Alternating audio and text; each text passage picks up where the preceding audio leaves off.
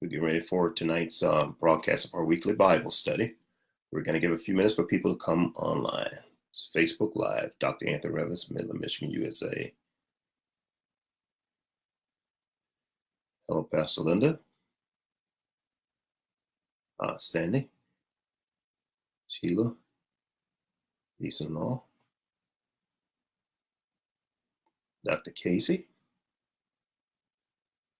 Glad to have you guys with us. We're going to give a few minutes for others to join us. Hey, Sandy, Minister Jackson. Glad to have you guys with us tonight. Give us a few minutes for others to find us and join us, and then we'll get going with this Bible study. Again, as always, you feel free to invite some others to join us, even after tonight's lesson. You can invite others to check out the lessons.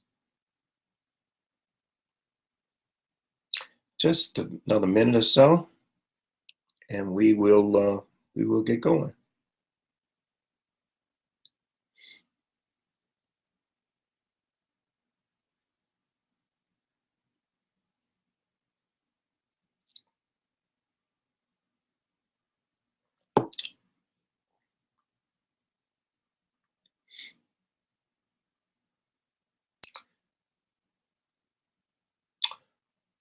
Okay, a few more, just about another minute. And we'll take off with tonight's Bible lesson. For those of you already here, we'll be doing Daniel's 6th chapter tonight. Daniel's 6th chapter.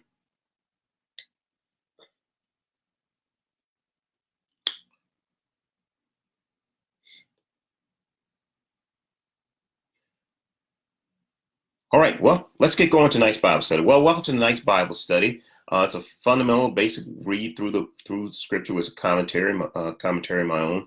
So there are no copyright issues here. Feel free as you get these to be able to share them and hashtag them out to people. As you're following the Bible study, now if you follow along with Minister Angie Jackson, she's a scribe for me. Actually, she's been doing this for many, many years for us. And so that's you'll see she'll be collecting notes there. But feel free to type your own notes and make comments. Also, if you have questions, ask your question. We'll try to answer them after we go offline. All right. Now, also, I am not that good at following along when people are coming in and chiming in. I'm really not that good at that. So I'll make you aware of that. So it's not that I'm overlooking you. It's just I'm not that good at it. So let's get going to tonight's lesson. Tonight, we're going to be looking at Daniel 6. And tonight's topic is going to be called Settled Hope. Settled Hope.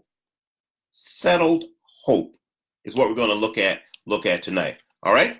Now, so when we look at this topic of settled hope, what we're really going to be focusing on is a situation where there is an unbeatable circumstance that's been forced upon you, or it's come to see you, and now it's upon you. So we're going to look at that situation where there's this circumstance is upon you, is unbeatable, is clearly unbeatable. And that does happen, by the way. And people don't like to admit that. Even, people say, well, I know it's always beatable with God. Well, that's the point. We're going to come back to that with settled hope. But in the natural, when you look at it, it's clear that this is unbeatable. And so you're going to need this thing I call, it's my titles I like to use, settled hope. And we're going to learn that from Daniel, the 6th chapter. Now, I'm going to start reading at the 16th verse of this. So let me tell you what happened in verse 1 through verse 16. Daniel is an Israelite, and Israel is now under Darius the king. Okay, so he's on a foreign administrator. So now Darius has him where he is now. Let me find here just a minute. Yeah, so Darius now has him. Sorry about that. Send him on the computer. Darius has Daniel now, where everybody in Israel has to do what Darius says. Darius views himself as a king, and during that time, particularly in Persia and Assyria and that area, they saw themselves not as king but as gods. So he set up a decree or law or saying that, listen, you can't pray to your God anymore. All right, that's enough of that stuff. So stop doing it. In other words, you can't pray in school anymore. You can't pray at work anymore. You can't pray on your job, anymore. You can't pray at Walmart. You can't pray here. You can't pray there. So that's enough of that stuff. Just stop. Okay. All right. You can use any other language you want to on television, but you can't say the name of Jesus. You can't pray. Okay. So just keep that in mind. So that's what he's told them, that this can't happen. All right. Now, you may not be facing something like that, but you will face something in your life that's unbeatable. And all the authorities over you say it can't happen, and it's not going to happen. So that's what we're going to pick up Daniel. So Daniel decided he would keep praying. They said, stop praying. And so Daniel went right to his room. He opened his window and he prayed anyway. Okay. They said, stop praying. And he started speaking in tongues. No, Daniel didn't speak in tongues, but you get the point. He started praying all the more. So here we find the king, which was his right by his authority, okay, of rule. And this is how it was done. He said, well, I'll tell you what, you don't want to stop praying. I'm going to throw you in the lion's den. And that was just a way of torturing. And the reason they would throw him in the lion's den was to scare all the rest of the people too. Okay. You know how it is. One person gets fired for praying. Okay. Then, the rest of everybody else falls in line. And that's what he's doing here. Okay. So here we go. Ready? Daniel 6 chapter, verse 16. And we're talking about, again, settled hope from Daniel 6. And it's that hope for when you're facing a circumstance that's unbeatable. You can't beat the circumstance. All right. So verse 16. So the king gave order, and they brought Daniel and threw him into the lion's den. The king said to Daniel, may your God, whom you serve continually, rescue you. One of the things you'll notice here that the enemy against Daniel recognized that Daniel just believed that his God was God. And he said, and Daniel served him continually. Listen, even though people might not like you, they will recognize the fact that you just refused to back off from serving God.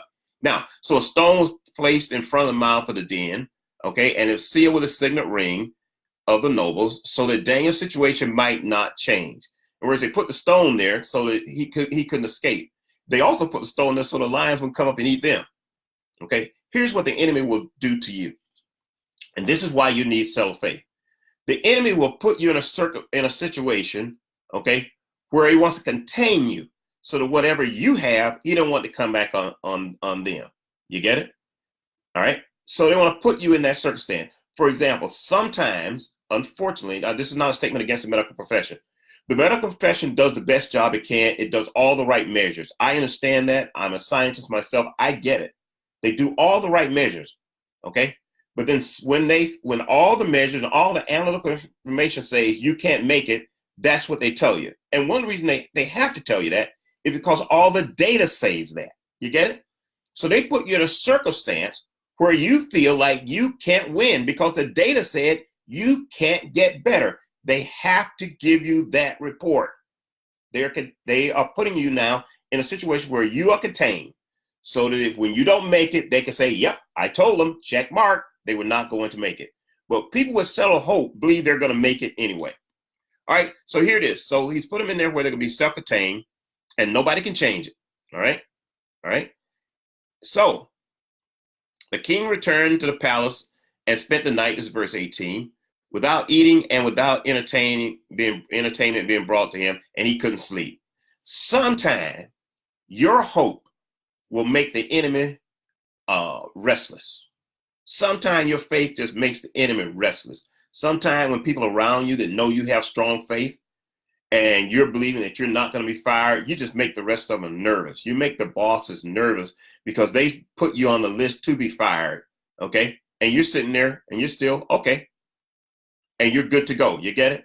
You make the enemy nervous, okay? When everybody else is falling apart about what's happening in the country and around them, you're still there. And it might be a situation where you're in a situation where you have more faith than your spouse, or you know how to maintain settled hope and your spouse doesn't. You will make your spouse nervous. Your spouse is running around the house talking, what are we going to do? What are we going to do? What are we going to do? And you say, oh, sit down and enjoy your meal. And we'll talk about that later. Talk about it later. How can you talk about it later? You get it? You make people don't have settled faith. You make them nervous. And that's what settled faith does. Settled hope. All right. Settled hope is what we're talking about tonight, although it is faith. Settled hope, okay, will not let you panic. Okay? Settled hope, all right, will not let you panic. even though you probably should panic. In other words, every sensible fiber in your being and in your mind says that there is no future, okay, with the circumstances on you. But somehow settled hope tells you to hang in there. There is a future for you. Okay, that's what settled hope would do for you. It'll let you hang in there. All right, so here it is. Daniel's servant living. Okay, let's see. Verse 19. Did I read that? Okay, so verse 19. At first light of dawn, the king got up and hurried to the lion's den. When he came near the den, he called Daniel in anguished voice. Daniel, servant of the living God, has your God, whom you serve, continually been able to rescue from the lions? He's asking that question, right? Now, how many of you really kind of know he probably doesn't expect to hear anything back, but he's kind of wishing here. There's a difference between people who have wishful thoughts and those who have settled hope. Those with settled hope don't ask whether God has done it. They declare God has done it. You follow? They don't come to check and see if God did it. They come to see when God has done it or that God has done it. That's the difference between people with wishful thinking and settled hope. Follow? We're going to the action to see that God has delivered the people, not to determine how bad the accident was. We're going to see that God has delivered our children, not to see how bad our children are still doing. We're going to see that God has delivered my husband, not to ridicule where my husband is. We have an expectation to see a finished result of faith because of our settled hope. I'll say that again because it's worth a hashtag. We expect to see a finished work of our faith because of settled hope. We expect to see a finished work of our faith because of our settled hope. So, verse 21, Daniel answered, may the king live forever. He's respecting the king. There's no reason to disrespect him. The king didn't have the same faith he did. And that's what happened to some of us. Sometimes people don't have the same faith as us. We like to go off on them. Why go off on them? Respect the fact they simply did not have the same faith you did because they did not have settled hope. Follow? All right? So there's no sense in disrespect and say, see, I told you I was coming out of there. See, you just didn't want to. Just tell them, chill. I have settled hope. I knew I was coming out. You just didn't know I was coming out. And that's okay. All right? You don't have to know, but I know because I have settled hope. So it said, may the king live forever. May my God, sent his angel and he shut the mouth of the lions. They have not hurt me because I was found innocent in his sight, nor have I ever done any wrong before you, your majesty. He said, here's the thing about people with settled hope. They can walk in settled hope because they didn't hurt man. They didn't hurt man and they didn't go against God. You follow? They respected the laws of man and they respected the laws of God. But they allowed the laws of God to have preeminence over any other laws on them. But it's not out of disrespect. It's out of respect for God that they maintain the others. But when those others violated their principles against God, they just couldn't go there. Settled hope would not allow them to do that. You get it? But he's recognizing there's no sense in disrespecting the king. All right? Just like for some, they don't like certain administrators in certain positions. Still, don't disrespect. You don't have to disrespect. Continue with your settled hope. All right, let's move on here. And we'll make sure that we summarize a few of the points in case we're not doing a good job yet. Okay? All right. Let's see. Which verse am I on? Verse 23. The king was overjoyed and gave orders to Daniel to be brought from the den. And when Daniel was lifted from the den, no wound was found on him because he trusted in God. Verse 23. He had trusted in God, reading NIV, meaning he had settled hope in God. His settled hope allowed him not only to get through the circumstance, but not be hurt in the circumstance. Okay? All right? You see, settled hope, all right, is not hope just for a discussion. It's hope for a breakthrough. It's not for just discussing. It's hope for a breakthrough. And it's not just any breakthrough. It's a breakthrough that you completely expect. You expect to be healed. You expect to be redeemed. You expect to be delivered. You expect to live through it. So it's not just for discussion. It's for the breakthrough. It always brings evidence based on what you expect. All right. And you notice here when Daniel's in there, he didn't know how he was going to be protected when he went in. Okay. And that's how they would sell hope. We don't always see our source of protection when we go in, but we know that it will be there while we're in. We don't see it going in, but we know it will be there while we're in. And let me just make a note here that's worth noting down. Okay, write this down. You see, settled hope is hope for protection in circumstances. You got that? Settled hope is hope for protection in circumstances. In the circumstance, you expect to be protected. You don't know how you're going to be, but you know that you will be. You know you've done right by people and by God with your monies. You expect God to see you through with the little change you have left. You know that you've done right by people and by God. You expect God to deliver you from the pain you're suffering. You expect God to heal your body. You know you've done right by people and by God. You expect to continue to live well, even if you never get another job. You get it? And that's what happened with settled hope. Okay? All right.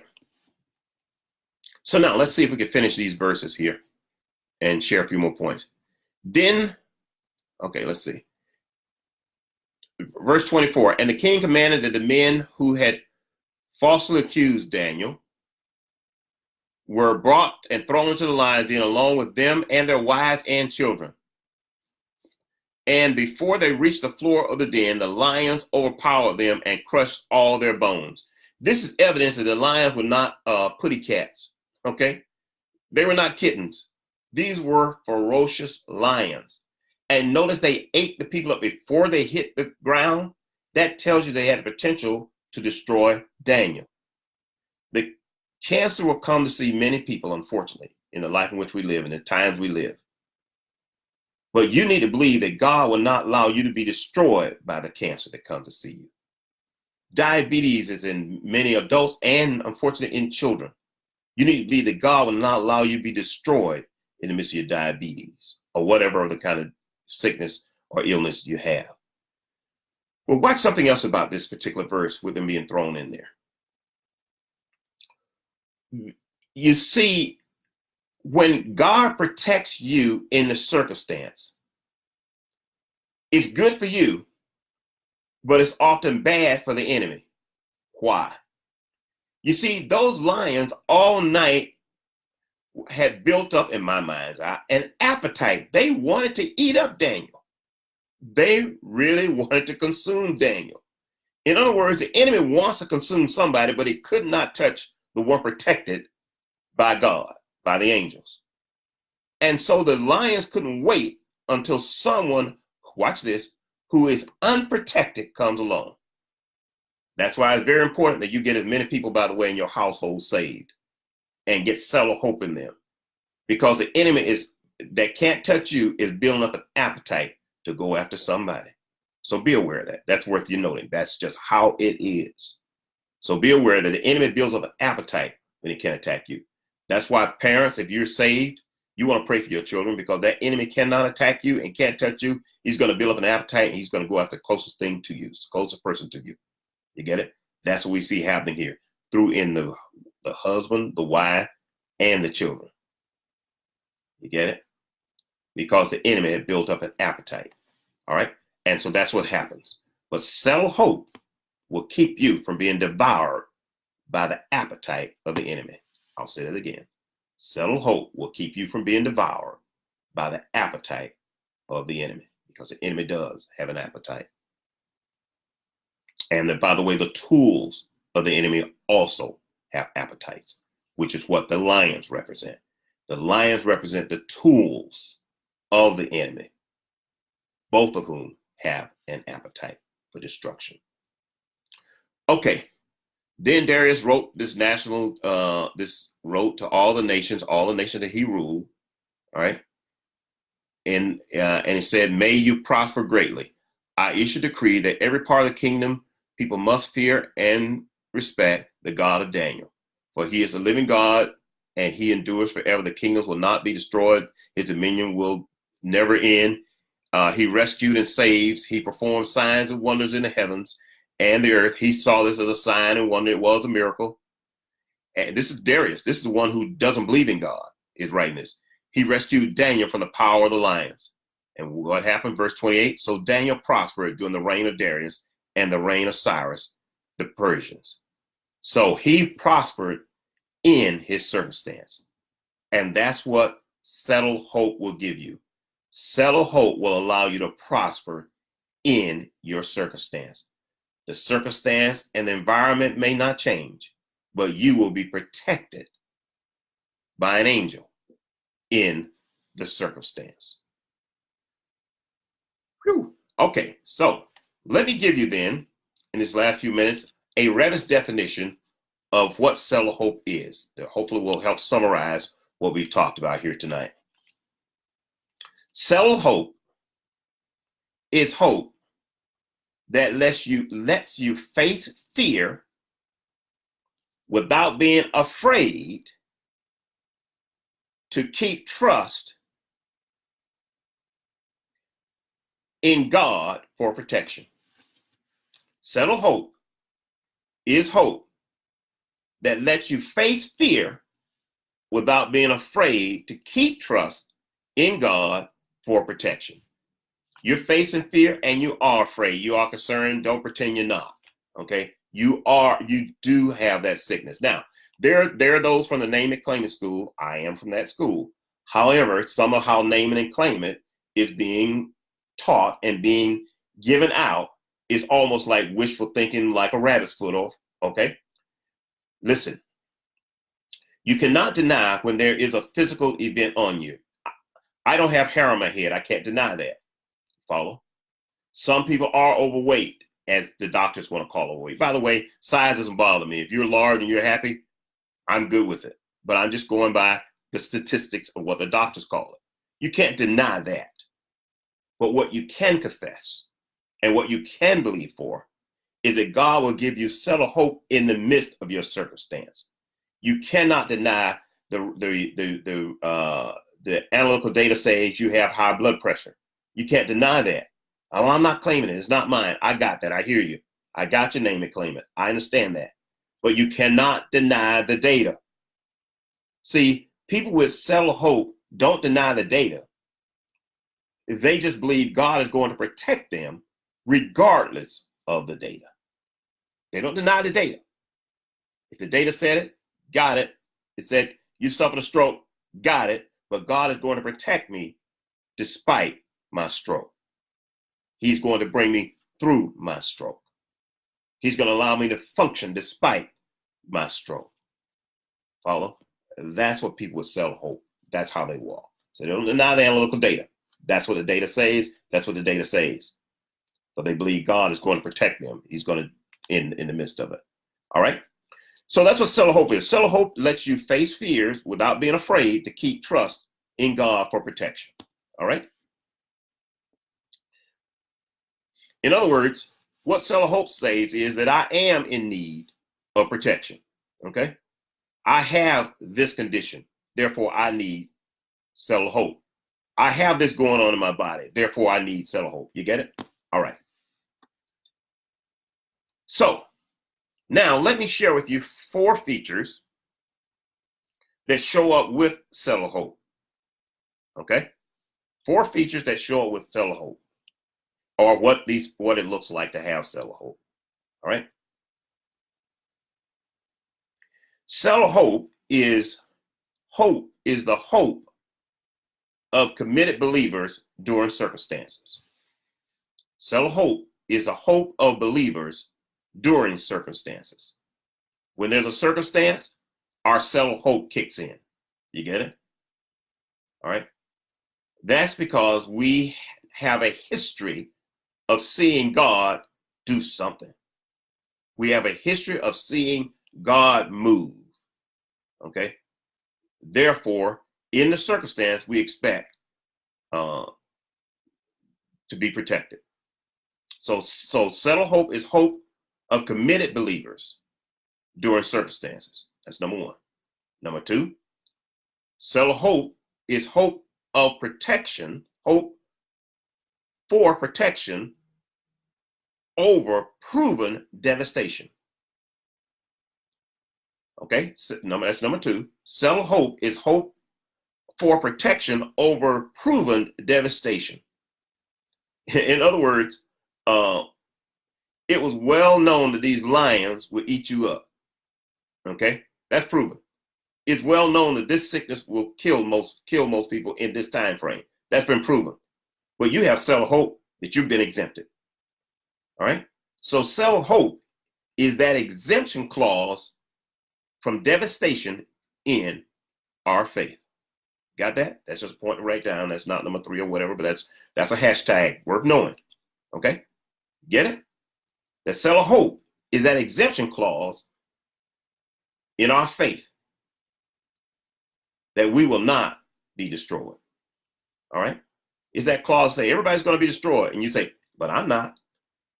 Everybody's not going to make it. I am. It's going to hurt the entire economy. Everybody except mine, my wallet's going to be fine. All right?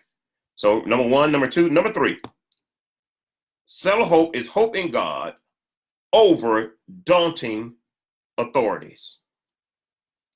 Settled hope is hope in God over daunting authorities. In other words, there will be some situations that just will overpower you otherwise. But you have hope that it won't overpower you, that you'll be able to go right through it. And number 4, settled hope is hope that prospers your future that prospers your future even in daunting circumstances, bad circumstances, terrible circumstances. Hope that prospers your future even in bad circumstances. And actually, some of the circumstances aren't so bad. Some are just uncomfortable. Like, for example, for Daniel, his had really not been bad anymore, okay, even though he was not in his homeland. So uncomfortable may be a better term to use there, okay? Some circumstances are just uncomfortable. They're not really that bad. It's not so bad to live in that town or this town or that community, that neighborhood or whatever, but it's a bit uncomfortable.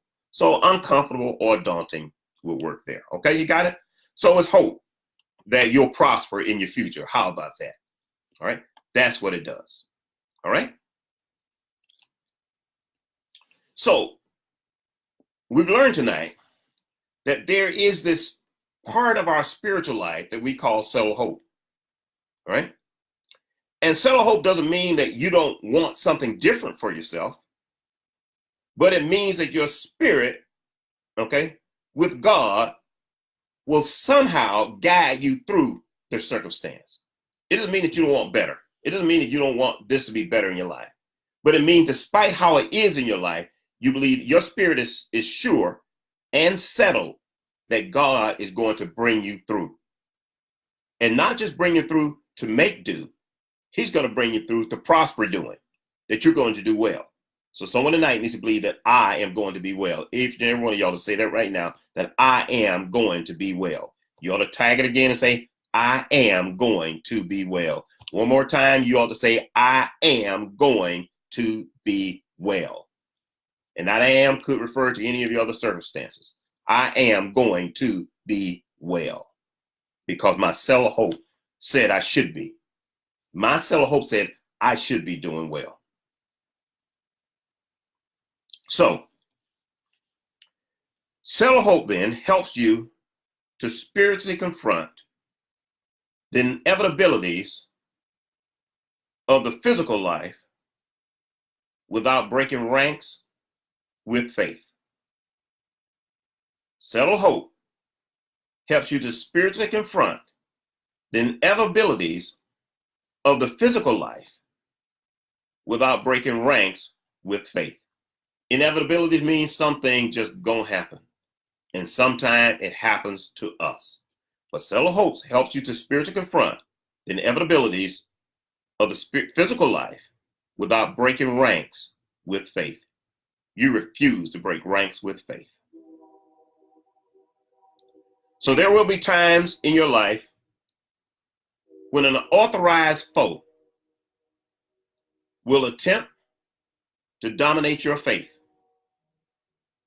But know today that your settled hope will protect you from the effects of those unbeatable circumstances.